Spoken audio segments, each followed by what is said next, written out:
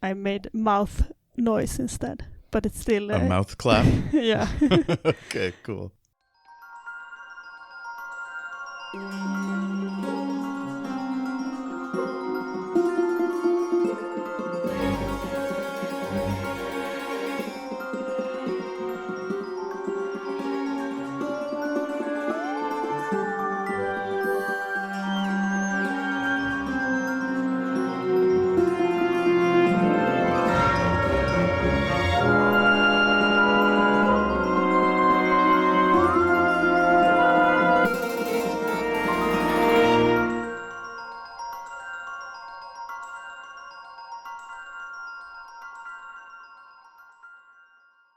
You're listening to The Great and Secret Knowledge. I'm Jeff, and with me, the delightful Sofia.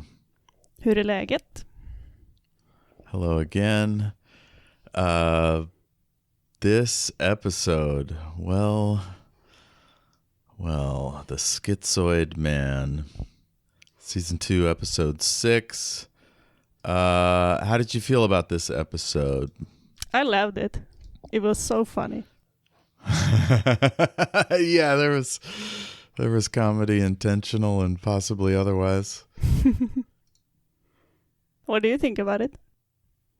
I feel like it's a great episode in its potential, but I don't know. It's like I can't put it in that category because of a feeling. I don't know if it's the overacting of the villain or what, but it doesn't quite sing for me. But it's got tons of wonderful elements. The acting is good. Yeah. It's like it's better than functional, but it doesn't stick in my brain for some reason. Yeah, I thought a little bit about it because I was very happy with it, but then I also think it was mainly because of the comedy. Like, I don't think that it has a lot of emotional depth. But the script wants it to, you know what I mean? Yeah. It's almost like the director was afraid of it or whatever. And it was like keeping us slightly at bay. Yeah, that could be. But I think it's just that there's so much just reactions from everyone, and that makes it very funny, but they're also like, yes, it's very comedic, the reactions and a lot are of it. very good. Yeah. When Picard realizes that Data's acting up, his face is just like, absolutely not. This is not going to continue. Yeah, tons of good ones. Geordi's like smiling all the time. It's great. Yeah, but Geordi felt weird this episode. Did you feel it? Like, the actor felt like he wasn't acting weirdly. I didn't take note of it, but I'm sure it'll come across as we scrub through the episode. Because he definitely was amused. Wesley in particular was delighted. To know him is to love him is to know him? Where do you come up with this stuff, Data? To know him is to love him is to know him. Les Landau is the director. He's done some very bad episodes like Code of Honor and some really great episodes like one in Voyager where it's a two-parter where the ship has to like submit to like repeated boarding investigations by this culture whose territory they're passing through. And Janeway gets kind of a romancy vibe going with the boss of that other group.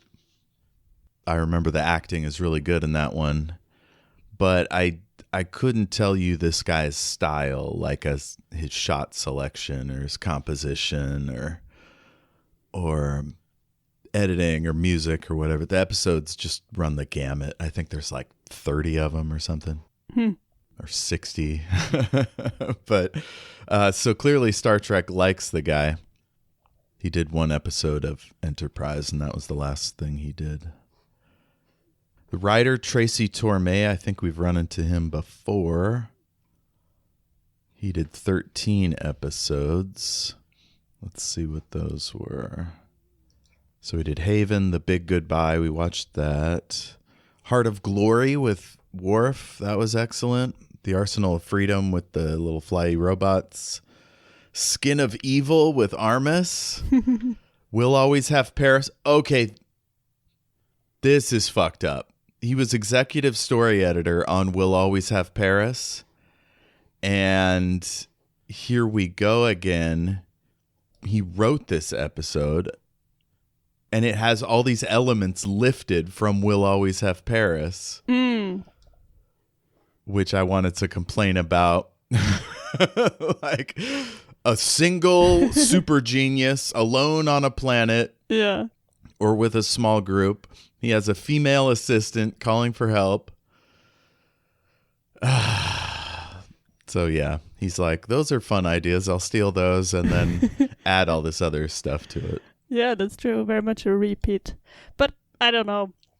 I keep trying to excuse different things. So then I'm like, oh, but maybe it's meant to be, to kind of like, because the other one, he wasn't creepy, and this one he was. So maybe it was like meant to give a little bit false reassurance, and then it's just like being all weird. But I guess that's not it. I mean, the guy is creepy. Yeah. He does another one with a creepy guy called Manhunt. I'm looking at the other one he wrote, The Royale. But we know from the start that he's creepy, so I guess that doesn't fit, that you would kind of try to make it seem more normal. But yeah, maybe it's just one of those things where it's like, okay, you can have two characters, and he's like, okay, there are two characters on this planet. Yes, that was my theory, is that it's a production reason. Yeah. They just don't have enough money for multiple speaking roles. Although or I guess maybe even extras. Yeah, although I guess he did get 3 characters, so he could have used one of those for the planet and then skipped Vulcan. Although I liked her. She was... yes, Lieutenant Solar. She was excellent. Yeah. I wonder who played her. She looked familiar. Let me see. Susie Plaxon. Yes. She comes back in Voyager as a Q. Yeah, she's much beloved. I want to say she plays Worf's ex-wife at one point, who's just a legendary character. Yeah, the Emissary. She plays K'Ehleyr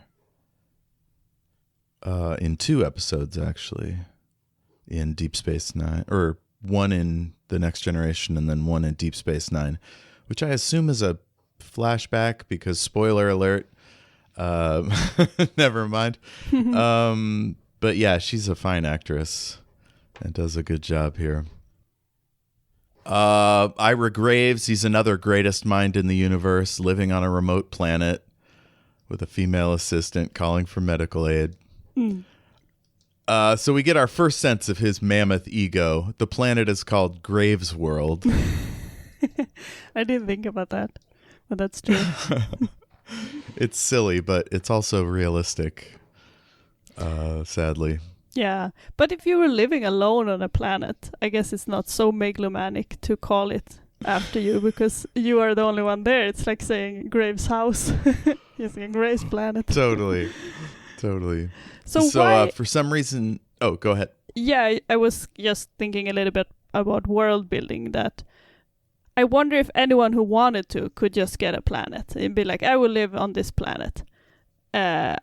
I assume there are many uninhabited ones, but this one did seem to have an atmosphere, as far as when we were told, at least.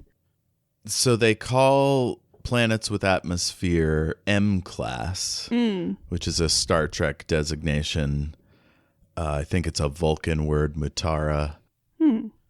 But you would think that they're rare enough that they'd all be useful to whatever society reaches them first, and so claimed and protected. That's what made me think these mad scientists must have planets without atmosphere, like bunkers or whatever. Yeah. But maybe if they go far enough, nobody will claim them, so they get to call them, name them after themselves. Maybe. And I think when we see the outside of the planet, it does seem like it's not habitable. Like it doesn't have a breathable atmosphere. But I think that they say at some point that what was the woman's name? I wrote it Kareen, down. Corrine, that's true. Rhiannon. Yeah, so that Corrine used to be outside, but it could just be some kind of dome, I suppose, as well. Mm-hmm. Yeah. Let's say it was a domed outside. Makes more sense. All right, now I'm done with world building. So for some reason, they canceled their comms after their distress call, so they won't be able to tell the Enterprise is coming.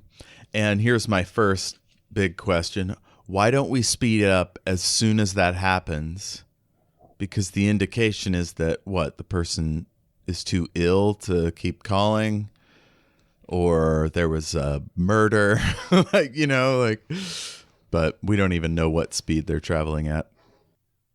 Turns out he does molecular cybernetics, and Picard says it's a priority 1 mission, which again would imply that we should be going at maximum speed. Yeah.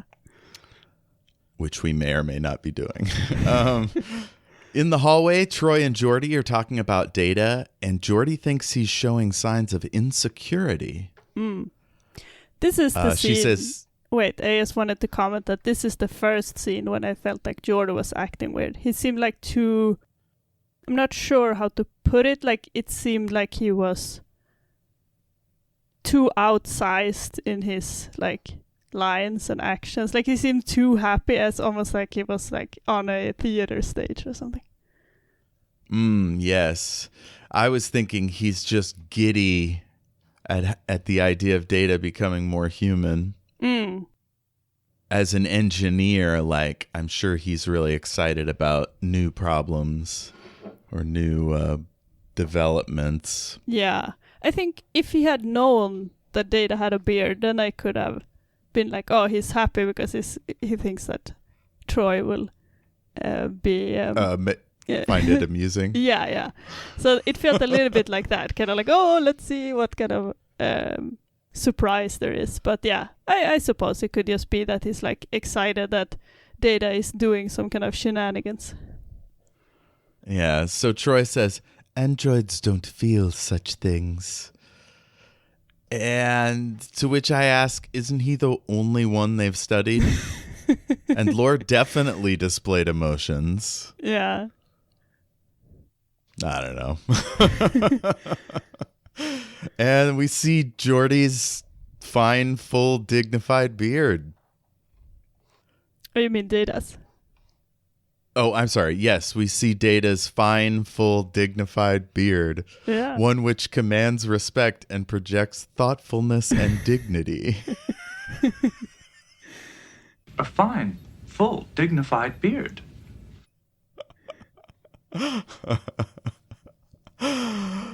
Geordi says, did you damage your face, Data? It is a beard, Geordi. A fine, full, dignified beard. He's stroking it. Oh, do I appear more intellectual? These two are loving it. Troy finds it so funny that she has to leave the room. Yeah, and she's not at all successful. It should have been better for her to stay and to be like, now she just seems rude. She's laughing and running away. Oh my God. Yeah, I think she had to leave so Data could say, why was she laughing? Yeah. Back on the bridge, we get a transmission from Graves World. It's a blonde assistant lady calling for help.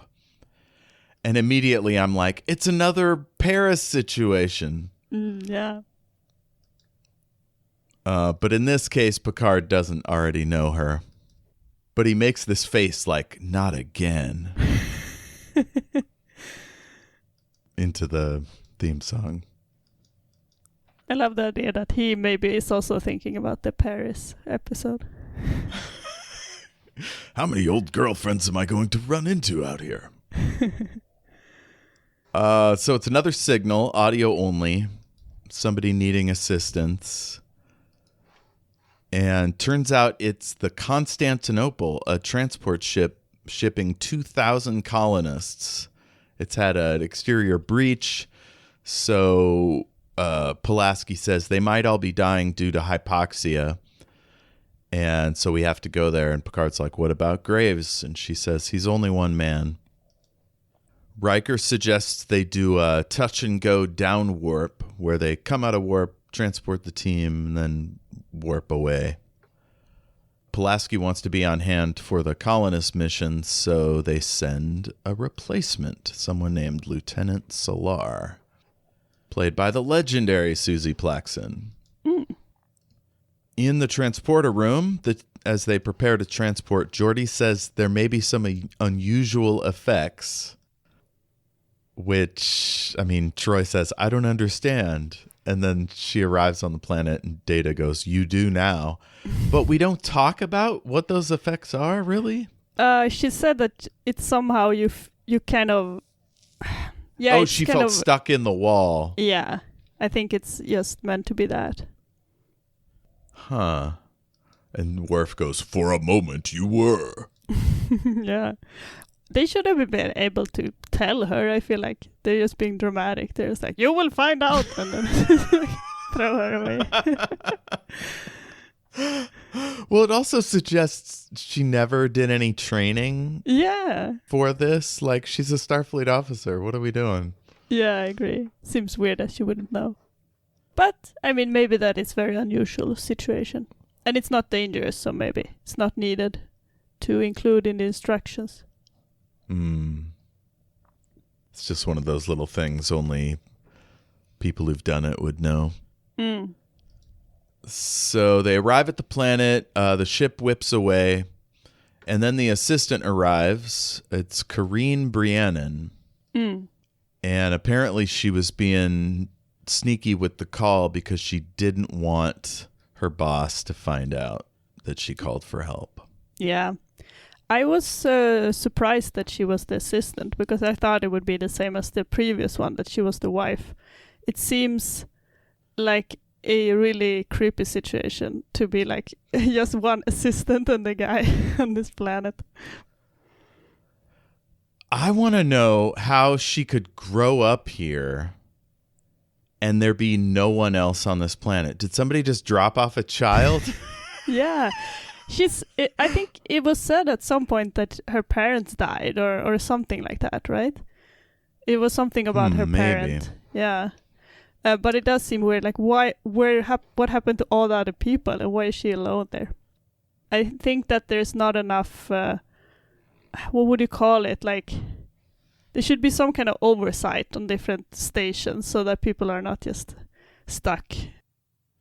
I think there was a draft in which there were a lot more people on this station and they just had to write them out because they couldn't afford them in the budget.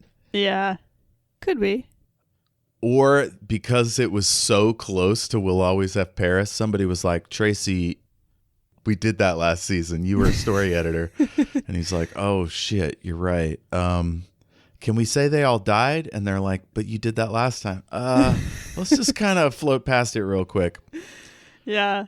I think somebody dropped off an orphan and thought this guy would be a good person to raise her. Yeah, probably.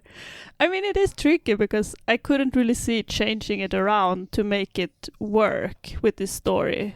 But it does seem a little bit strange that she would be by herself. It's more about, this society is supposed to be a utopian and still people are just like left, like you said, orphans with some creepy guy. Right. And because we never see him before he got this disease, like, we don't know what he was like originally. He might have been a kind, warm, benevolent person that, like, the state was like, yeah, you can raise her. Like, it's fine. Like, yeah. What? That's true. I mean, maybe there's some very kind uncomfortable. Yeah, maybe there's some kind of AI oversight or something that is just like warning if things are going too weirdly. But yeah, and it seems creepy, that she's just like not even feeling safe to tell him that she had called for help, so that seems like she's afraid, right. So there are diseases that can make their personality totally change, like a traumatic brain injury. Yeah. Or I think there are maybe Huntington's. Don't quote me on that, but there are certain things that can mess up your brain real good. Yeah. And like and they Alzheimer's sneak as up well. on you. Yeah. Definitely. There's some people with Alzheimer's become aggressive or temporarily violent. Yeah, it's hard to believe anybody would leave a kid with a guy who acted like this. So Yeah. maybe she was 17 when they died and it was only a few months. There was like a Yeah, gray or area. you know, they died and it was only him there, and he was like, "Oh, she'll stay here," you know, and she didn't know any better. So I think this is her tragic story. Jesus. Yeah, so he rolls in. He's an obnoxious, overbearing douche. He says, "I'm as healthy as a Regalian ox." And Lieutenant Solar talks to Kareen, and she says he has pain, shortness of breath, irritability, which he completely denies. And then he goes on this freakish rant. And Troy's like, "I thought most doctors were people." And he starts really perving. And he goes over to Troy, "Another lovely specimen of womanhood." And she's like, "I thought you didn't like people." And he goes, "Women aren't people." Ugh. Yeah. It's hard to say that this would be just his, like, disease, I feel like. But, I don't know. I think if all your inhibitions were taken away by a disease, you might see the, like, id come forth. Like, I don't want to admit that I've ever behaved like this guy, but, like, these thoughts run through one's mind sometimes, you know? But, like, your super ego or whatever, your conscience, like, says, don't ever say anything like that aloud. Like, put it in your journal or a poem. Talk to your therapist. Yeah. Yeah, and I guess it could be also, maybe it's like, if you lose your inhibitions and you have a bad sense of humor, you kind of also enjoy to say something. Like, it could be, doesn't have to be 100% serious as well. It could be this kind of like, "Oh, I'm going to make funny jokes." And it's like, that's not very funny, but you don't realize it because your brain is being destroyed by some disease. Well, that's one thing. If you make jokes your whole life, you eventually learn how to, like, go no further than a certain line, depending on who you're talking to or what the forum is. But if you're like him, always focused on his work, just thinking bad jokes in his head, but never saying them out loud, maybe he never figured out where that line is. But he says at one point, I think, that he's never understood humor. Oh, yeah, that's true. So, yeah. But I guess I have to believe if he'd been doing this for years, Kareen would not have a good opinion of him. No, I think so. I mean, it does seem like he was being nice to her before he had this disease. So at least that she felt normally, like she felt fond of him. Yeah. Yeah. But the way he praises himself, it's like, could you just develop that overnight? Like, no. It seems like the kind of thing you'd always have had. Yeah. I think so. I think that he was very full of himself, but he could still have been kind to her, and she wouldn't know. Right. If she was just by him. Maybe she would be okay with just being, you know, if she also, you know, she's his assistant, which also makes a weird power dynamic because he is also her only social relation. So it seemed like it's a very subservient relationship. You know, that part of it is never even addressed on this show. I don't know if, like, we just didn't talk about ethics of work and schooling like back then, if it wasn't on people's radar. Yeah. But, I mean, yeah, a therapist shouldn't date their clients, and a teacher shouldn't date their assistants, and yeah, on and on. Yeah. Kareen asks if Worf is a Romulan, and he starts growling. And it turns out, even though it's the distant space future, they don't have encyclopedias. Yeah. No, like, she didn't have access media. to the internet out here, so she doesn't know the difference. Yeah. And then he calls Worf Mr. Klingon, and I'm just, again, like... Yeah, that seems very rude as well. Just, Mr. Human. Just, like, say it in your head once, and you're like, that's ridiculous. Yeah. Oh, boy. Neelix does that on Voyager, too, with Tuvok. He says Mr. Vulcan, and, like, nobody ever corrects him. It's irritating. It's not okay. Don't do it. He also treats Data like a thing. He basically says he's ugly. Could you imagine? Absolutely no aesthetic value whatsoever. Looks like Soong's work. Turns out he says he taught Soong everything he knows. So he's basically Data's grandfather. Yeah, which he insists upon. Dr. Solar starts to explain what she's discovered, but she's a little hesitant, and he goes, "Go on, gorgeous, spit it out." Yeah, and it's so funny that she's like sneakily takes his measurement like behind his back. I found it very hilarious. It's only logical. Yeah, and he, for some reason, he realized it. He seems to be at least very alert person. Yes. Yeah. So he has Darnay's disease. It's in its final stage. And in all cases, Darnay's is terminal. Karine is devastated. Yeah, but he seemed kind of calm. You know, he didn't look that sad about it. What did you think? Maybe if you know that you have a way of cheating death, finding out, like, specifically what you have, isn't that interesting? Yeah, that could be. I would have at least asked, how much time do I have? Yeah. He didn't seem to care at all. No, I think you're right. I think he had some hope that he could. Maybe he was interested, like, now I get to try my experiment. Yeah. Yeah, because the next scene he explains it to Data. Yeah. We get a quick hit. The Enterprise is coming back. They solved the problem. And then we get Data and Graves in Graves' office. He's coughing. He's singing If I Only Had a Heart. Data is unfamiliar with it. Yeah. Like one of the most famous films of all time. It's just not in his database. Yeah. Maybe it doesn't have different audio clips. They lean on this thing a lot of times, which is World War III happened in the 21st century, and it wiped out like tons of records. So maybe The Wizard of Oz just fell out of fashion. Yeah, that could be. Hard for me to accept, but it is my favorite movie, so.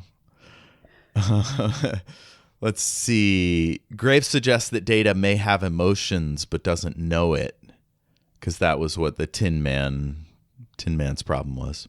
And I love that he's like, you should call me Grandpa, and then Data does. Yeah. It's very funny. It's so funny hearing Data say Grandpa. Yeah. So childlike. He says, "It must be so hard for you to be so close to being human, but never know what it's like to feel pain." Pleasure. He asks if Data knows desire. Do you know what desire is? He pities Data, and then he just tells Data what it's like to be Data, I guess. I don't know. This is the thing guys do. A kind of walking purgatory, neither dead nor alive, never really feeling anything, just existing. Yeah, he's It's very as if somebody. Yeah. Go ahead. Yeah. Like he's very uncurious for being a scientist. He's just like, I'm gonna tell you about yourself, like you said. Yeah, and it's a thing. It's almost like they went down a list of like, what is a thing narcissists do that's annoying, and they just like. This is one of those things.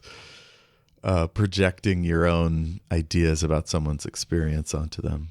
Yeah. But it's a good way to also build up, you know, what happens next. You know, I assume they want to show really that he feels like Data is not so valuable. So. Right. Yeah, because otherwise... why would he violate his autonomy in such a way. Yeah.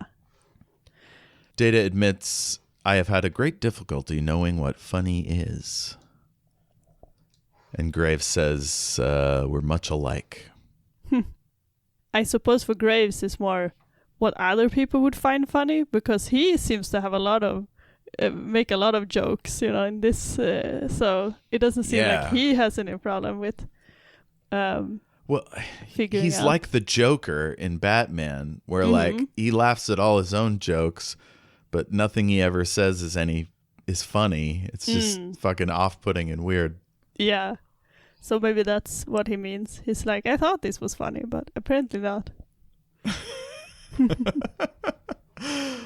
Again, I just would have loved a video of like how he was before. Yeah. Yeah. So Troy tells Corrine Graves is attracted to her. We find out he's known her since childhood. Yeah, and it's like, she says also attracted in many ways. I'm like, okay, which, I don't know. That was creepy. But it's meant to be. But it's just funny that she's just like saying it as kind of like, she doesn't like, I'm sorry about this. Yeah. When you realize that somebody has feelings for you, a lot of times you can sort of put that in a box like, well, we don't have to deal with that because X, Y, Z, I'm married, or like we don't know each other that well, whatever the thing is. But when you're living with them and growing up with them, I could see a real incentive to just file that away and never think about it again, And it isn't until his personality, his inhibitions went away that she's been forced to face it. Yeah. And the fear of like seeing a man's inhibitions go away, and you've known he wants to get with you, and you're all alone with him. Yeah, distress call. Yeah, true. Although I think that the writing suggests that she was also interested, but that wouldn't really count for anything because he is the only guy that apparently she's ever known. I'm not sure. So she should at least meet some other guy. Yeah, I mean, you could have feelings for someone and yet know that it wouldn't be right or safe or sensible to reciprocate those. And the writer has given us 7 different reasons why that would be. Yeah. I mean, first off, there's not a marriage counselor there. So, like, if things get dicey, you have no one to talk to. Yeah. Data says Graves is facing his death well. Graves takes this opportunity to puff himself up. He said he had an iron will and nerves of steel. He was a lady killer. I was once as beautiful as I am smart. And Data's like, are you sure about that? He goes, I can remember my life any way I want. So he has a way to not die. He's going to put all his knowledge into the computer and his mind will live forever. Data just up and tells him about his off button. Yeah. Like, Data, why would you do this? It seems like it would have been interesting to see how he managed to overcome Data physically, because that would be kind of tricky. But maybe he could like make him, just like ask him to come really close and turn around or something. So, yes, of course, like pretend to hug him from the side or something. Yeah. But like, I believe Sung imprinted admiration and like servitude for himself as Data's father. Right? Like he's supposed to do whatever he says and like have fondness for him. And then maybe that's transferred to his quote grandfather. Maybe there's something deep in his programming that says like, do whatever this guy says. That's the only thing that makes sense to me. Yeah. Because he's clearly a guy who's off his nut, who shouldn't have a security clearance that tells you how to turn yourself off. I don't know. No, that's true. Picard checks in. Lieutenant Solar doesn't want to interrupt these two. Almost like she's giving him... It's like a make-a-wish. She's like, he really wants to talk with Data, so we're letting him do that. Yeah, I guess since he's dying, whatever he wants, just let him. But yeah, it is weird that they just not just transfer them immediately. Yeah. Data comes out. He says, Ira's dead. He died in my arms. And Captain Picard does a little supplemental log. Up on the ship, Kareen is having a window bum out. Oh, I just want to say, we're meant to know that Graves is in Data, right? What do you think? Is it meant to be a surprise, or are we as viewers meant to know?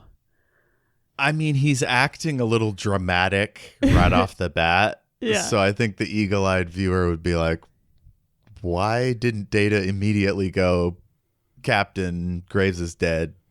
And they inspect the scene and, beam the body to sickbay for an autopsy. You know what I mean? Standard Starfleet shit. But instead he comes out and is like, that won't be necessary, Captain. That's true. It is much more dramatic. And I think that we as viewers get so much more information than the other characters. So then it's also a way for us to really be more in the know about what's going on without it being unbelievable that they would not have a clue. Yeah, and that's my favorite kind of tension is suspense. It's a Hitchcockian move to give the viewer something so they know it's not right, it's unsettling, and it's slowly the other characters realize what's going on. Yeah, I was thinking the same. It's much more fun for us to know and to be afraid, what is going to happen with this. Yeah. They're going to take Kareen to a starbase so she can get on with her life. And that seems just also, I guess there's some procedure for that, but it seems so cold to just be drop her off at the starbase and then just speed on. She's from this weird orphan station planet. Yeah, I would have liked a scene of her talking to an uncle or a grandmother or something, somebody back on Earth or wherever. Yeah. But instead, it's just Starbase 6. Here you go. Yeah. Enjoy the galaxy. I think it would have made sense to have another scene with her. I think that would have worked better. Where she kind of could say a little bit more about, what was her life like, how does she feel about the situation now. I think that felt a little bit weird to just be oh, we're going to drop her off here. And then you don't even get even her point of view about it. Yeah, my parents are from Lydonia 7 or whatever. I might visit there or Yeah. Graves taught at university here, so maybe I'll check out that scene. Yeah. So in the ready room, Riker's interviewing Data. Pulaski's there, Picard's there. And he's just clearly acting dramatic human. Yeah. He says, all things must pass. And then he fucking leaves the briefing early? Yeah. It's too impatient, Data doesn't leave a room unless someone tells him to, he's not a person like that, a human like that. No, it just seems weird because it's he's just being too impatient. Oh, can I leave now? And then he's just leaving. The face he makes when he says it was his dying wish. It's But do we get what was the dying wish? I feel like we didn't get to know this. That he get a fancy funeral. Really? Okay. Because I felt like Data also after the funeral said something about it being his dying wish, and I thought that when he said it, it seemed like it was something that they had not done. But I guess the funeral, it was just confusing to me. Yeah, Oh, I think the implication there is he told Data as he was dying. Like, not like it was a living will or anything. It was just like, as he was dying, he told Data this. Yeah. It's just later on Data comments on this again, and then it made it seem like Data was complaining, like, oh, it was his dying wish, we should have done it. So the way it was phrased seemed weird to me. I thought maybe there was something else coming that he wanted, but it didn't come up again. It doesn't seem like a dying wish to just like have a funeral. That seems normal, right? Or do they just like throw people into the replicator? It's I like, want you to put me in a torpedo in a sequin jumpsuit and make sure Kareen touches the glass of my capsule before I go. That was all, yeah. So up at 10 forward, Data arrives to talk to Kareen. There's this moment where he stares at her like just a little over long. No, we didn't talk smiling about... like a creep. Oh, go ahead. Is this before the funeral? This is before, yeah. Oh, sorry, I missed that scene. Okay, good. Up in 10 forward. Before sitting, he just gives this long, creepy stare. It's very strange. Yeah. She says the stars are beautiful. He says, you always did love the sky. A stargazer, that is what you are. Again, telling a woman what she is, pretty bad look. Yeah. And I was afraid at this point that he would tell her that he had fully functioning body or whatever, because I felt like he was... Oh, God. Yeah, I've been reading Data's files. That dude gets down. Yeah. That was like my first thought when he was coming even to speak to her. It's like, no, don't try to fuck her. Oh, God. Yeah, I mean, he starts to touch her hair, but kind of pulls back. Do you think he just wants to hook up with her, or does he love her? I think that he does love her, but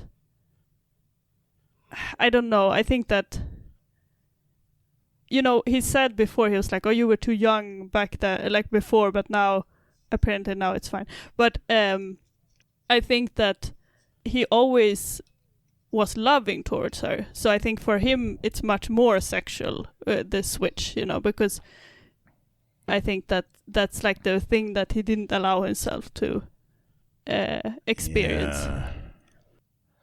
Interesting being in an android body. This comes up later when he talks about his breath, but like, surely there's no sex hormones, you know, like there's no stress hormones. Like, why would an android get horny, really, other than as an intellectual exercise? Yeah, we would feel that, but I think that this episode suggests that he does have feelings and kind of desires still. So it seems like they are saying that his feelings somehow transferred and he's still experiencing them in the android. I guess the suggestion then would be that love and desire is a spiritual thing and not a chemical. Either that or Data does have feelings. And so when he's in his body, right, the things that he is experiencing is actually Data's physical experience. Yeah, I guess even if you don't have brain hormones, there may be an analog in the android brain that sort of mimics those. Yeah. Because you would need those for emotions, I would think. I think so. And I always feel like this idea that Data doesn't have desires or anything, I don't think it fits with what we have seen. So he has some kind of similar thing as desire, I would say. Otherwise, why would he grow a beard, you know? There's nothing like mission critical about that. Mission critical beard. Yeah. So she used to spend hours lying on a hill looking up. Ira told Data that he thought she was beautiful. He wanted to tell her every waking moment. Yeah. That is love bombing bullshit. This guy's a scientist. He's thinking about science every waking moment. Anyway, he says you were everything to him. And that's when he starts to touch her hair, but holds back. Okay, now we're at the funeral with the jumpsuit. Yeah, it's very funny. The hood. I called it sequin chainmail. He's in a stubby torpedo. Data wants to say, quote, a few words. Yeah. This is incredible stuff. I am going to recite this completely because it's amazing. Yeah. Just look at that face. The face of a thinker, a warrior, a man for all seasons. Yes, Ira Graves was all that and more. But he was not perfect. Perhaps his greatest flaw was that he was too selfless. He cared too much for his fellow man with nary a thought for himself. A man of limitless accomplishments and unbridled modesty. I can safely say that to know him was to love him, and to love him was to know him. Those who knew him loved him, while those who did not know him loved him from afar.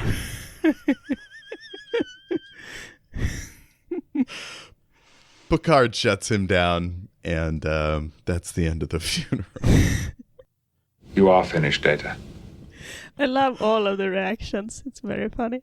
Especially Picard's. It's very hilarious. Riker looks deeply concerned. Wesley is just like, what the fuck is this? Yeah. And I love a lot of different things, because one thing, it's very funny to imagine someone giving their own eulogy. It's just like, it's just inherently a funny thing. And then it's also like when Picard says that he should stop, and he's like, oh, I'm almost finished. And like, no, you're finished now. It's like, I find that really fun as well. You are finished, Data.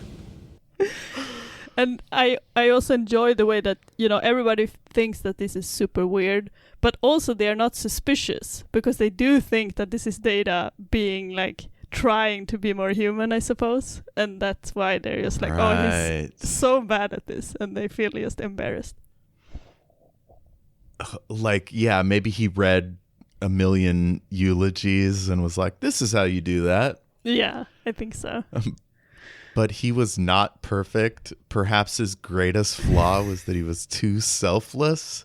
That's like job interview bullshit. Yeah, I was also thinking about that. My greatest weakness, I care too much.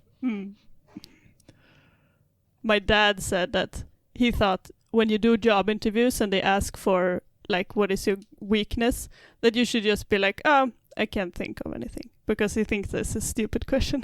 So he said that you should just like not answer it. God, I would just love to say, that's a trap question and I'm not answering it. Yeah.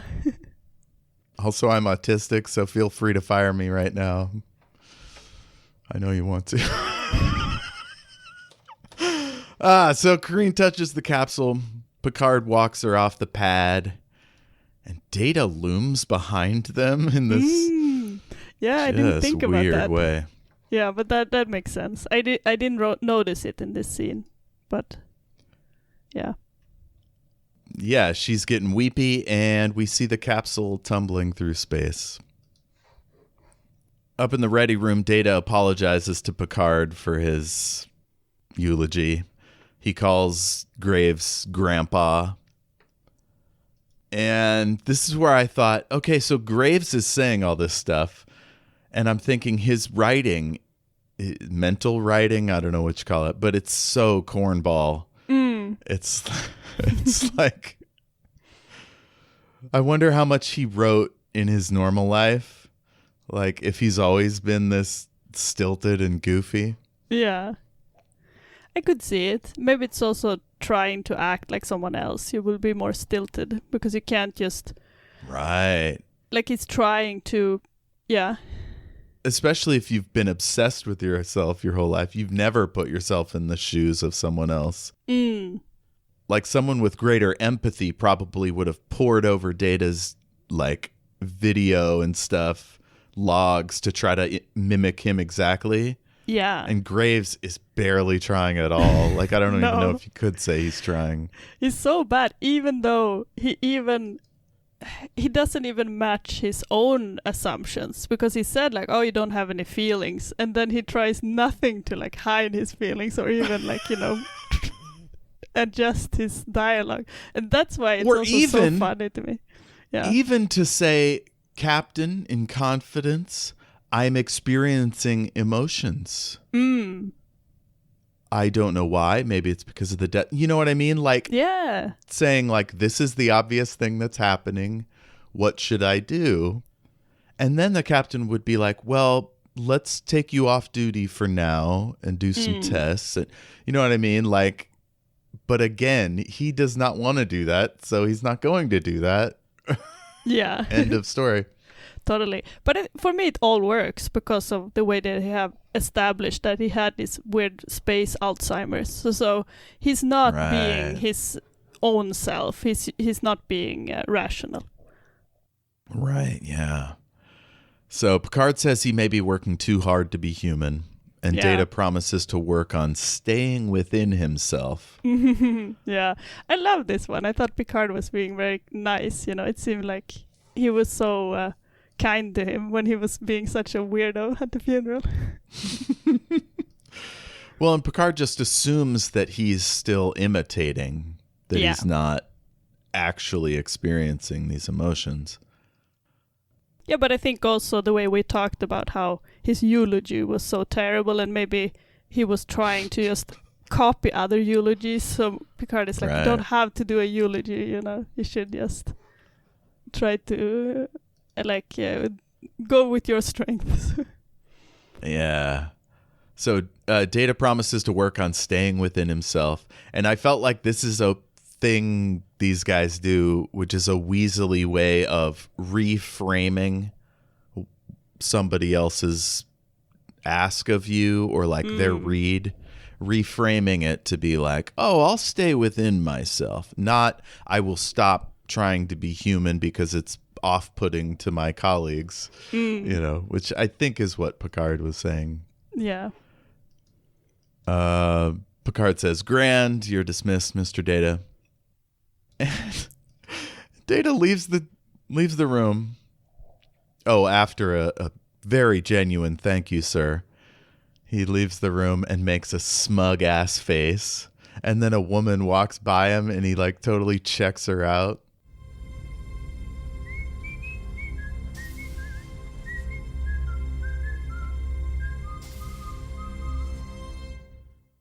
Yeah. I thought this was also so funny because this is the time when they officially reveal that Graves is in Data. And this is the way they do Right. it. They're just like, let's have him like look at this ass and then and then we're gonna know. And I thought that was so funny. Brilliant. Yeah. I'm going to take a screenshot of this. I love these moments. Like when Riker did that one episode. Or no, it was a lady that looked at Riker's butt. That's what it was. You should have a collection, everybody who's checking each other out. And then, yeah, he whistles "If I Only Had a Heart." So, yeah, that's the director or the writer telling the viewer, yes, you were right. It's Graves. And not just Data having feelings. Picard does another log. He thinks something is off with Data, but he's not sure. He's talking to Troy in the hallway, and she is very worried. She says that this incident might affect him on some deeply personal level. Picard says Data is an orphan, in a manner of speaking. Could he have been affected by the death of Graves? Troy hopes that's all it is. Yeah. Up on the bridge, Data is just puffing himself up, and Wesley's like, what the fuck is going on? Yeah. But it's funny that none of them are concerned. It's they really have a lot of trust in Data that he's not gonna malfunction or anything. They just find it funny. Yeah. I don't know. It's point. very strange. Yeah. He says to Wesley, first Wesley's like quoting that eulogy, to know him is to love him is to know him. And he goes, verbal something or other at a sophistication level your childlike mind cannot appreciate. We learn that Data's barely older than Wesley chronologically. Yeah. It's just like so bad at catching it. It's like, Riker also finds this amusing. He's like, you're getting philosophical, Data. And he goes full mask off Graves now. I am many things. Scholar, artist, philosopher, lover, genius. Oh, shit. Wesley is utterly flummoxed.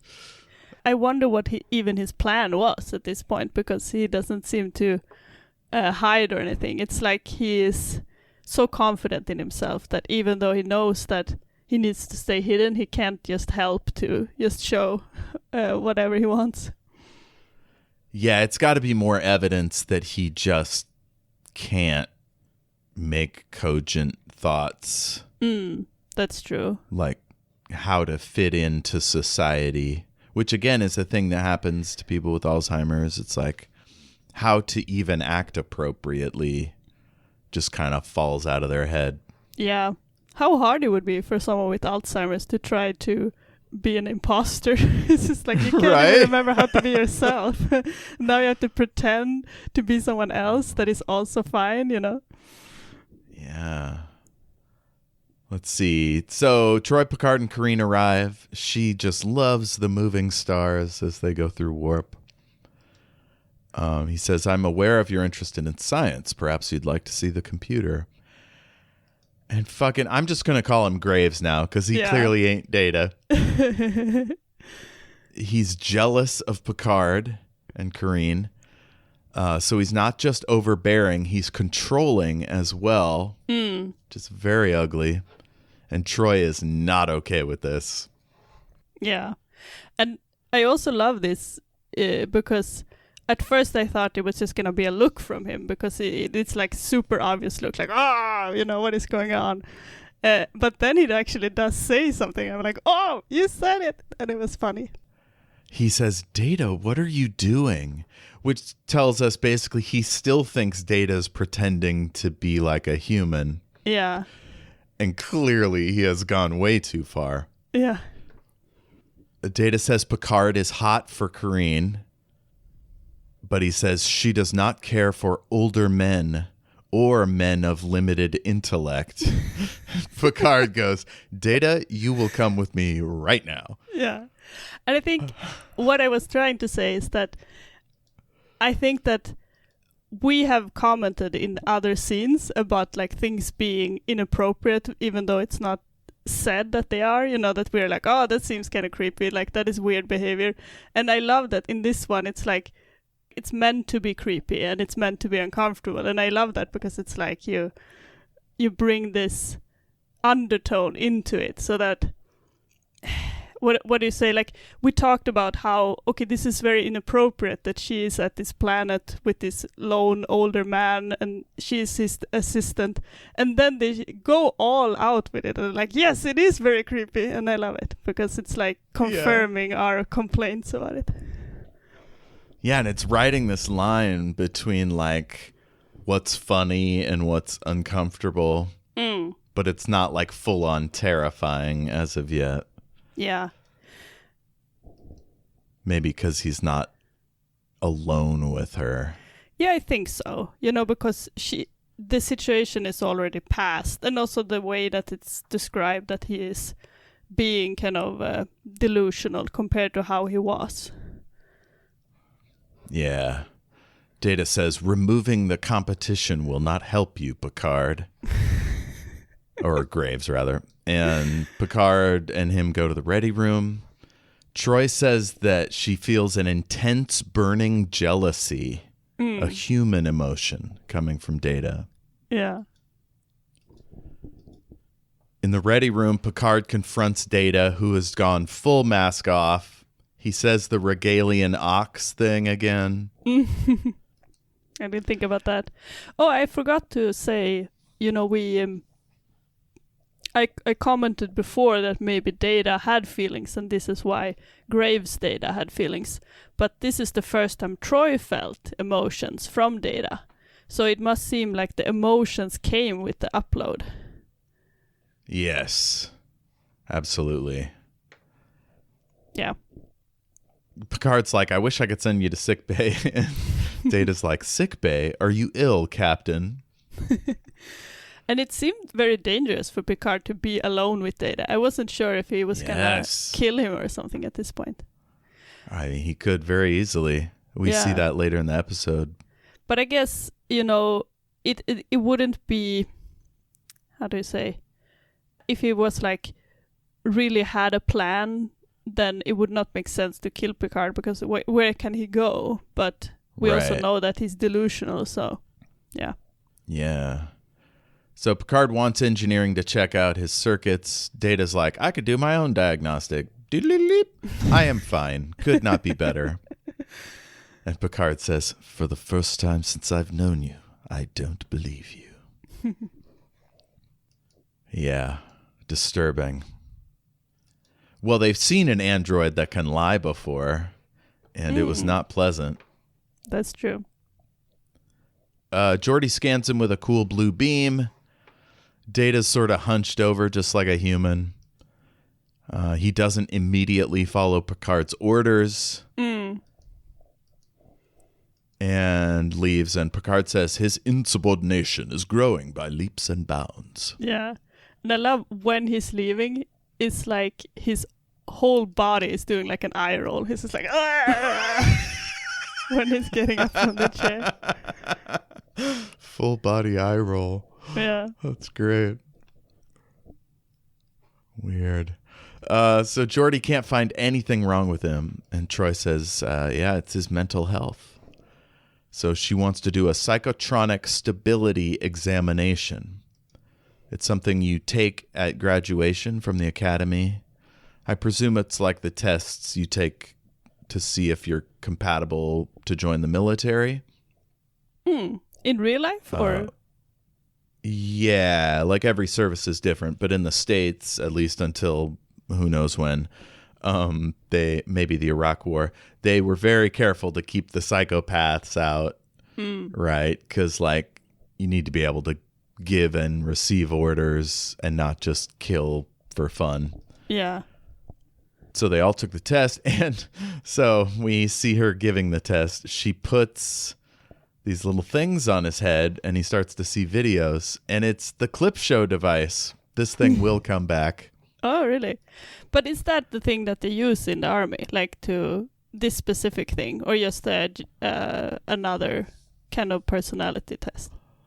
As far as I know, that sort of tech doesn't exist yet. Okay. It's just like written tests or like maybe verbal tests. I'm not sure because specifically how it works. Okay, because I've heard of them using kind of images, and you track the movements of the eyes, and that's supposed to tell a little bit like what are you looking at and how long, and you can also see this kind of emotional responses sometimes.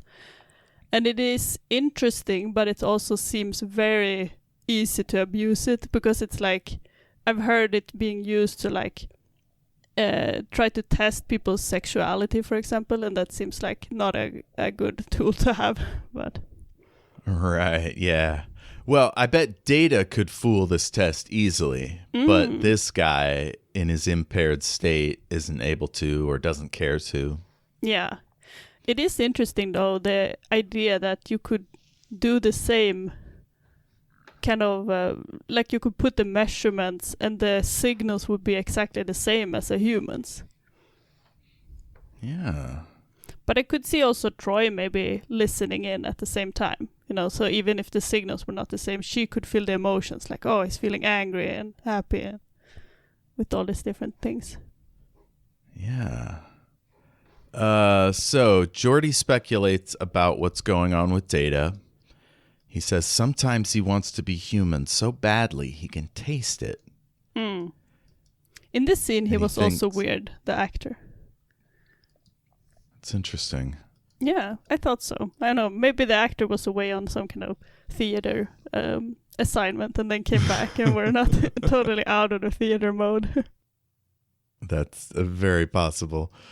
So he thinks Graves' death was a catalyst and it's unlocked something dormant within Data. Troy comes in. She's like, there's two disparate personalities inside him. The dominant personality is unstable. So that basically tells us, yeah, maybe if Graves had ported himself over when he was healthy, it would be fine. But because he's unstable, it's just fucking up the system. He's prone to irrationality. Like the jealousy thing, right? If you feel those feelings in the presence of your boss, like you would never let that out. Yeah. But Graves is unable to contain himself. Picard understands, and she says, it seems to have an especially strong hatred of you, Captain. It's growing, and it's gobbling up the weaker ego. Yeah, and it's very concerning at this point, because we don't really know anyway, like, how would they even stop this? Right. And it could kill Data. Yeah. So we get another captain's personal log. They're at Starbase 6 to drop off Kareen, or they're almost there. And Data's supposed to be in his quarters, but Picard asks the computer. Turns out he's in 10 forward. So he sends Worf to cover the exit and report back if Data does anything. Picard asks Solar to meet him in the ready room. That's the other doctor. So in 10 forward, Kareen has another bum out looking at the stars. And Data shows up and fully admits to her that he's Graves. He says, you do know who I am. The camera pushes in and she says, Ira? And pretty quickly we realize that she's horrified. I think she instinctively understands that Data is a unique life form with his own autonomy. And so what Graves has done is terrible. Yeah. Yeah, and I think that maybe, we don't know enough to say this for sure, but I kind of feel like maybe she was happy to leave, now that she's gotten used to it, because she was very much like, I don't want to be in this android body. Like, I think that, she's young, she has her whole life, so she's freaked out by this idea of just like, she's not afraid of dying, she's has her whole life ahead of her. Yeah. Nobody wants to think about being transferred to a computer when they're 20 or whatever she is. Yeah. So Worf arrives in the background. Graves starts bragging about succeeding in his mission. She says, they'll try to stop you. And he says, how can they? It's my body now. It is out of their hands. Which seems very optimistic. Like, they could probably stop him in a lot of ways. Yeah. Again, if Graves was thinking clearly, he'd be like, I resign my commission. I'll spend the rest of the trip in my quarters, and then I'll leave the ship when we get to the starbase. Like, totally. There are ways to get out of being hassled by the man. Yeah. But he doesn't use them. No, I agree. Or he could have maybe sneaked off, I'm not sure, but with Kareen. Oh, easily. With his capabilities. I don't know if he's able to use Data's powers as well, but yeah, he could easily mimic Picard's voice and, do stuff like that. That's true. That would be funny. He could get in a damn spacesuit and jump over to the starbase, Yeah, or maybe in vacuum, I don't know. Yeah. Oh, yeah, of course. Just slip out an airlock, jump over. Yeah, I would love to have more of this, like him mimicking the voices and stuff. That's always funny in video format, visual media. But I was thinking, yeah, I guess he could have just said like, oh, Graves wanted me to accompany her to the station or something. Yeah. So Picard's meeting with Troy and Solar. He asks if Data was with Graves alone, and she says, yeah, the whole time. And she says that he's brilliant, arrogant, and chauvinistic. Oh, I think that's what Troy tells him. And Picard says, sound familiar?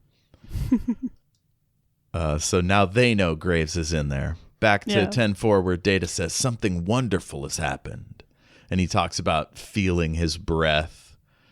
And that was my question. Why would Data need to feel breath? But maybe there's reasons that would be useful. There's probably little sensors in there that can analyze the air, determine if it's safe for humans or whatever. Yeah, that could be. Data promises to make a body for Kareen. But maybe Data needs to breathe, no? Wait, maybe he doesn't.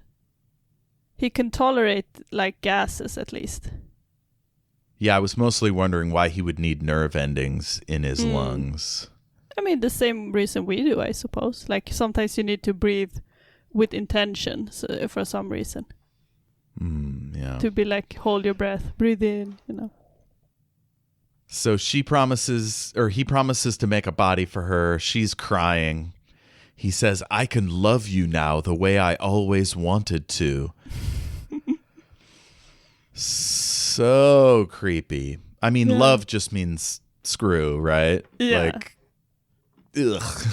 Pretty sure.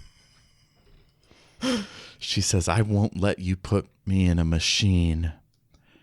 And he squishes her hand. God, this guy is terrible.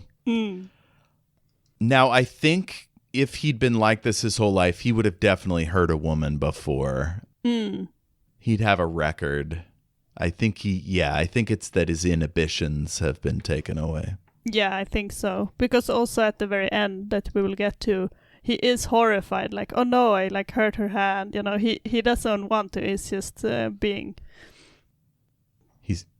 He's not used to his power. Oh yeah, that's true. That's also the case. But I think that he is kind of losing control of himself, and he doesn't like it. I wonder how long he's been single. Because he clearly has no practice with actual romance. Yeah. After that, he takes off. We're back with Picard again. It's still that same meeting. He says Graves was an expert in cybernetics. His memorial service may have been premature. Yeah, I love and then that. he does a Shakespeare quote. I only like the premature memorial service line. The other one was kind of like, okay. Oh, boy. Back in engineering, Data is lurking up on the second floor, listening to the warp core. And the captain arrives down below. This is reminiscent of Heart of Glory. Yeah, which Les true. Lando also, I believe, directed. Where, like, Worf was down there and Koref, whatever the Klingon's name was, is upstairs. Yeah. Also, when Worf does the scream to Stovacor and the camera, like, jumps backwards 3 or 4 times. Yeah. That was a great shot. So Picard says, I know who you are and what you've done. He tells Graves he had no right to take Data's body. And Graves says there's no question who must live. Before me, he was nothing, just a walking tin can. Without heart, man is meaningless. And the captain heads for the elevator. He says, I would not come up here if I were you, Captain. I might not like it. He's so dramatic. That's true. Not like, if you come up here, I will hurt you. Yeah, that's true. It's just like very melodramatic. So in some ways I like this, that Picard is like reasoning with him and that it's not trying to like physically overcome him, because I don't see how that would work. But it also does seem a little bit strange because we know that he's not rational. So I wish there could have been some way to, maybe they could have connected even more to emotions somehow, so that it's not like trying to just explain to him. I mean, they could have put a level 10 force field around him before trying to get close, but... Yeah, but still, they need him to let go of Data. I don't think that they know how to exercise him. Yeah. Picard feels... I mean, this is a staple in this show. Picard feels that he needs to put himself in harm's way without a weapon to show the other person that, like, it's time to be vulnerable and, like, work this out. Yeah. I wish that worked in real life, but yeah, it is a thing that happens. It can work in like very extreme situations, but I think maybe he's being too, I don't want to say aggressive, that it's like the wrong, but like he's being too confrontational. I think that maybe I would have bought it more if he was being extremely like, okay, I know that you're feeling scared and like this kind of thing. And then maybe he could have been more. Because, yeah, I don't know, there was something about it that was not totally satisfying for me. That was the only part of the episode that I was like, could have been somehow a little bit more impactful. Maybe that's what you mean as well, that, there's not a lot of emotion because we don't really feel like this person is so rational. So how does he make this decision? How is he persuaded by Picard? Yeah, somehow it's the violence that persuades him. That's true. The idea that he will never have a normal life because he can't resist hurting people. Yeah. Picard goes up there. Geordi's been knocked out. Guy says, "You are most fortunate, Captain, that I am not a violent man." And Picard looks down at Geordi and says, "Not a violent man." Graves says, "I told them they couldn't be up here. Or they told me I couldn't be up there." Picard says that this wasn't his plan. Something has gone wrong. He points at Geordi. Maybe the damage caused by Daynar's disease transferred to Data. Oh, that's just me figuring out that that's what was going on. Graves says that the injuries were accidents. He refuses to leave Data. And Picard says, "Every man has his time, without exception. But you've cheated. You've extended your life at the expense of another." Picard clearly loves Data, I believe, at this point. He's nearly overwhelmed. He says he's a life form, entirely unique. No being is so important that he can usurp the rights of another. Now set him free. And they even do like a reverse shot where he says it again. So we just hear it, but we see Data's reaction or Graves' reaction. And Graves loses control again, hurls Picard. He's ashamed of himself and he asks, "How many more accidents?" Next scene, Pulaski is tending to Picard, who just pops up, seems totally fine after being knocked out. Yeah. And all I can say is that concussions don't exist in Star Trek. Maybe she fixed the concussion while he was laying down, but she says that he should take it easy, so I think that he is a little bit concussed. He's just having pure willpower to There you go. it. Yeah. We don't see the scene where he's vomiting and wobbling down the hallway. Yeah.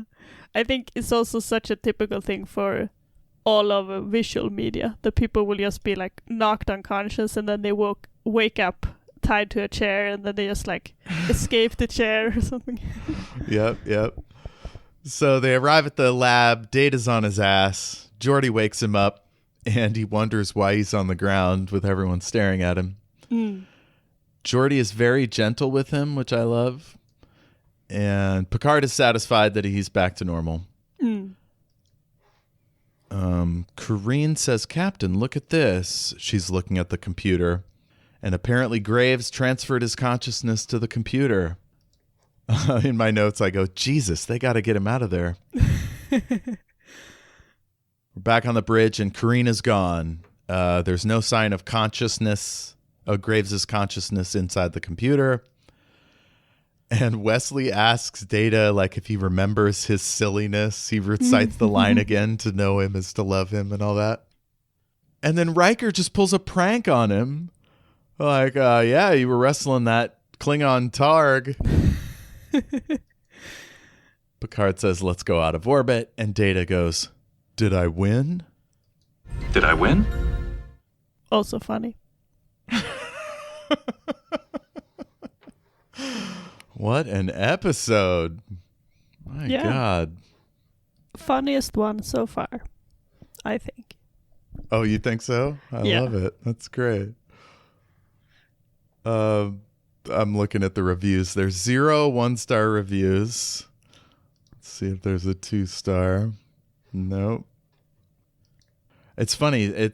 Maybe it's a polarizing episode because, like, well, no. Most of them are 7s. But yeah, not a lot of 9s and 10s here.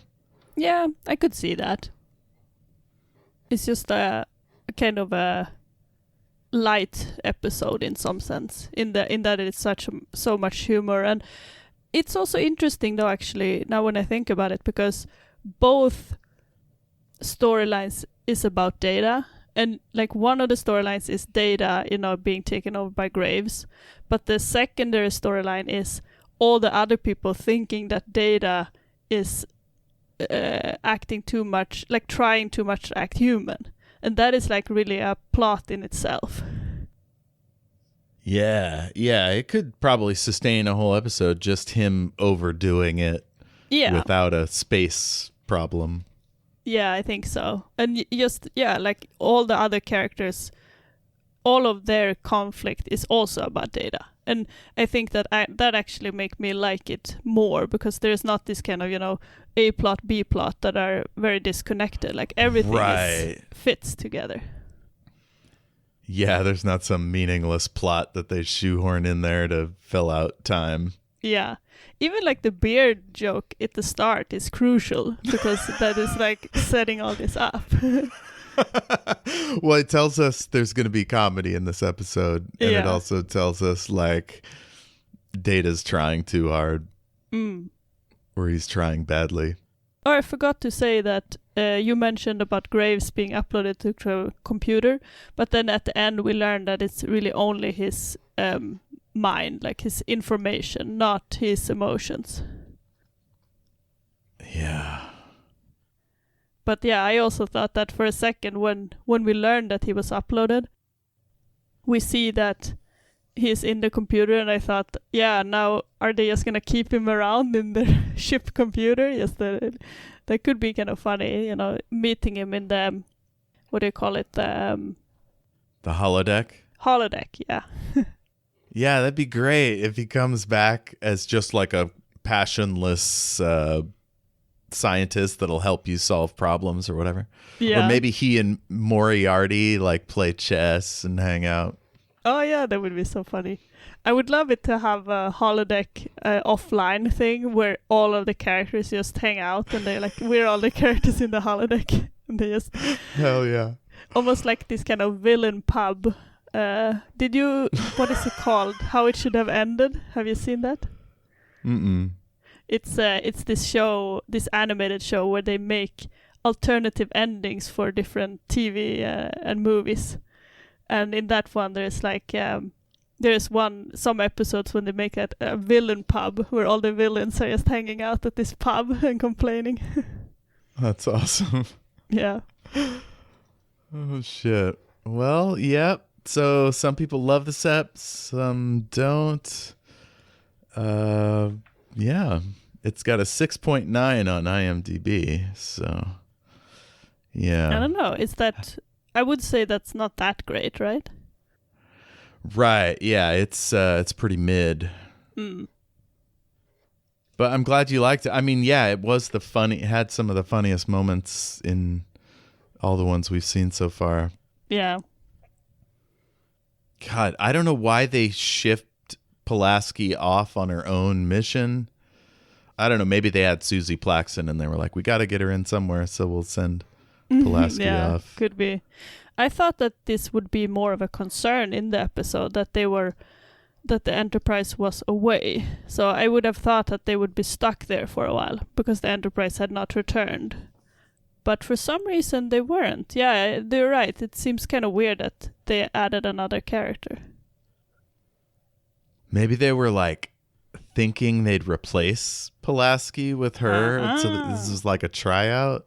I don't know. Or maybe it was written for Crusher, and like the vibes didn't fit with Pulaski's personality.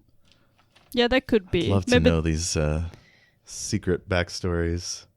Maybe they felt like it would be too much also. Since she is so skeptical of Data, maybe they felt like it would be weird to have her interact with this other man that was just being so disrespectful. Or maybe they just thought it would be more funny to have another alien for him to be bad towards, or like prejudice. Wow, this is the only TNG episode where a multi-person landing party is not made up of at least one member that is 100% human. Ah, that's true. And I kind of would like if this. Wait, what was her name again? The character, the Vulcan. Lieutenant Solar. Solar, yeah. I would like that if she was on the staff because or on the regular, because it's just fun to have more different aliens. I think that makes for fun interactions. Oh my God. So Troy's inability to stifle her laughter, forcing her to leave the room, was a result of Marina Sirtis finding the image of Data with a beard too hilarious to contain her laughter, necessitating her exit. Thankfully, Brent Spiner and LeVar Burton never broke character, allowing the scene to continue as filmed. I'm sorry, I have to go now. Goodbye. Why was she laughing? Oh, that's funny. So she ran away as just improvisation. That's funny. So like a possible blooper was retained. I love that. Wow. Oh, so the guy who played Graves was only 56. And somehow either he lived a very hard life or they did something with makeup. I don't know. Yeah.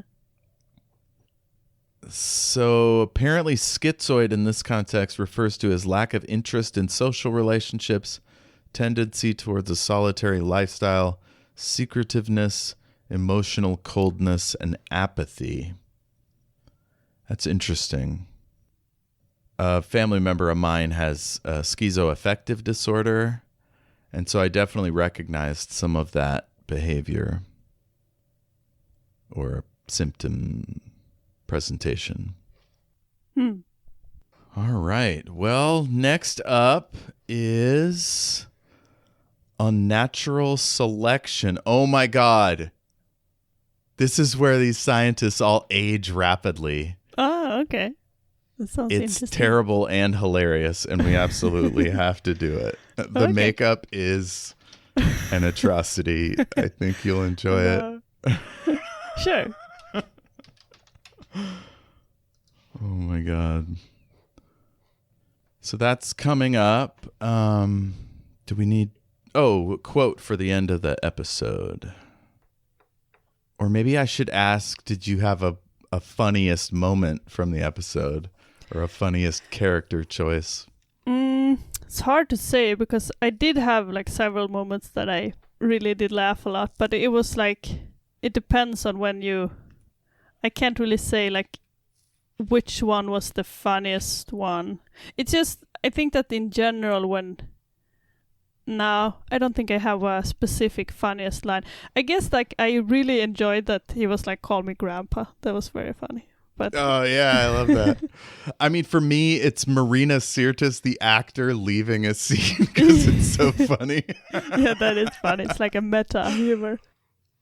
This quote's great. It is a beard, Geordie. A fine, full, dignified beard. One which commands respect and projects thoughtfulness and dignity. Why was she laughing? Women aren't people? No, I'm not going to use that. Jesus. I have had a great difficulty knowing what funny is. Stargazer. That super long fucking funeral eulogy. Yeah, that whole thing. Wow. Those who knew him loved him, while those who did not know him loved him from afar. Yeah, that could be fun, like to have the end of that. Or have just Picard's end where he's like, you're finished, Data. Oh, yes. Yes, that's perfect. Okay. All right. Well, that's it, Sophia. Thank you. Have a lovely rest of your evening. What about recommendations, though? Recommendations. I can always count on you. Give us those recommends. I don't think that I finished anything since our last recording. At least nothing that I would think is like noteworthy. But this episode, when we talked about graves in the computer, it made me think about Children of Time by Adrian Tchaikovsky. And that one is a great book. So I just thought in that one there is actually a character at some point that is kind of a ghost in a computer, and it's very terrifying and creepy. So I think that's a relevant recommendation. I think that's the one I didn't finish. Oh, really? I'll have to go back and find that one. Which ones I of believe him it was have you nominated finished? for a Hugo. Did you read any others of his? There's one about a robot. Oh yeah, I haven't read that looking one. looking for friends across the wasted landscape. I think I will probably read that at some point. Cool. So I found a good podcast about the Wheel of Time series, which I never finished. It's called Wheel Takes with Allie and Gus. I enjoyed that. I think that's the newest podcast I've listened to. I don't know if I've mentioned it on here, but I got a submission for the show, a short story from a publisher that's publishing a collection by a guy named Stephen Oram from the United Kingdom. And I loved it so much that I went and got one of his novels. It's called Fluence. And it's sort of a dystopian version of America I guess it's the UK, where people are like stratified into like classes based on how well they're doing in social media. And it's like a rainbow system. So red is like your upper crust, old money people. And then at the bottom is white, who are like on public assistance. So basically it's an excellent description of capitalism, how like if you're near the bottom of one rung, you're like terrified and will do anything to get back up. Or if you're a social climber, you'll do anything to like go to the next level. It's very cool. Oh, and I'm reading This Wretched Valley, which is this really cool horror movie with, a horror book rather, by Jenny Kiefer with climbers in Kentucky. And it's got all this in the mouth of madness type stuff where like, remember when Worf and Riker went and they found another bridge and then they went across the room and then they came back to the same bridge. Yeah, it's like that. It's really scary and cool. So, and I found that during an interview on Sacco and the Moon, which is a YouTube series live stream, which everybody should check out. It's all about horror and horror writers. And it's Sacco, who's on Shattered Worlds RPG with me, one of my other podcasts, and you can find that everywhere you find podcasts. We do my own campaign using my role-playing system, Shattered Worlds, and then we have a D&D side quest, which Sacco is on, and currently I'm uploading episodes of a series that she was the dungeon master for.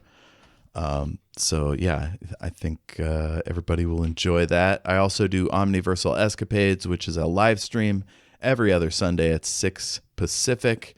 That's an actual play, and right now we're doing a sort of post-apocalyptic Dungeons and Dragons adventure set in the Old West kind of vibe.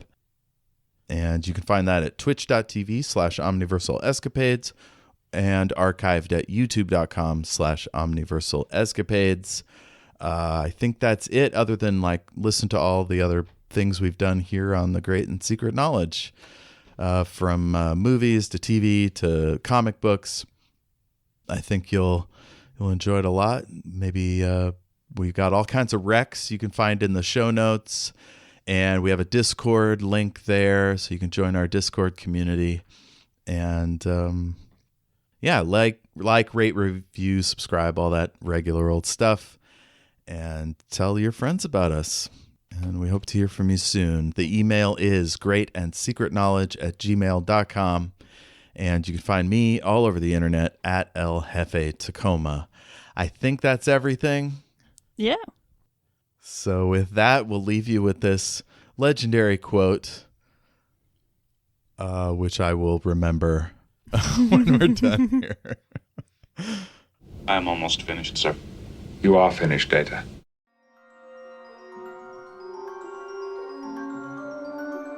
A huge thanks to James Lark of jameslark.co.uk for providing our wonderful theme song. Thank you, James.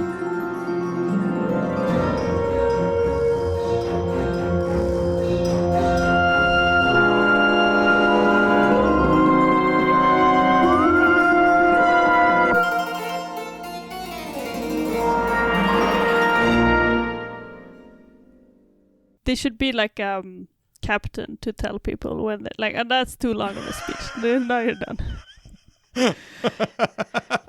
Stand up at a funeral. Yeah, we're done. Yeah. That's enough. They actually have that. Do you know the Ig Nobel Prize?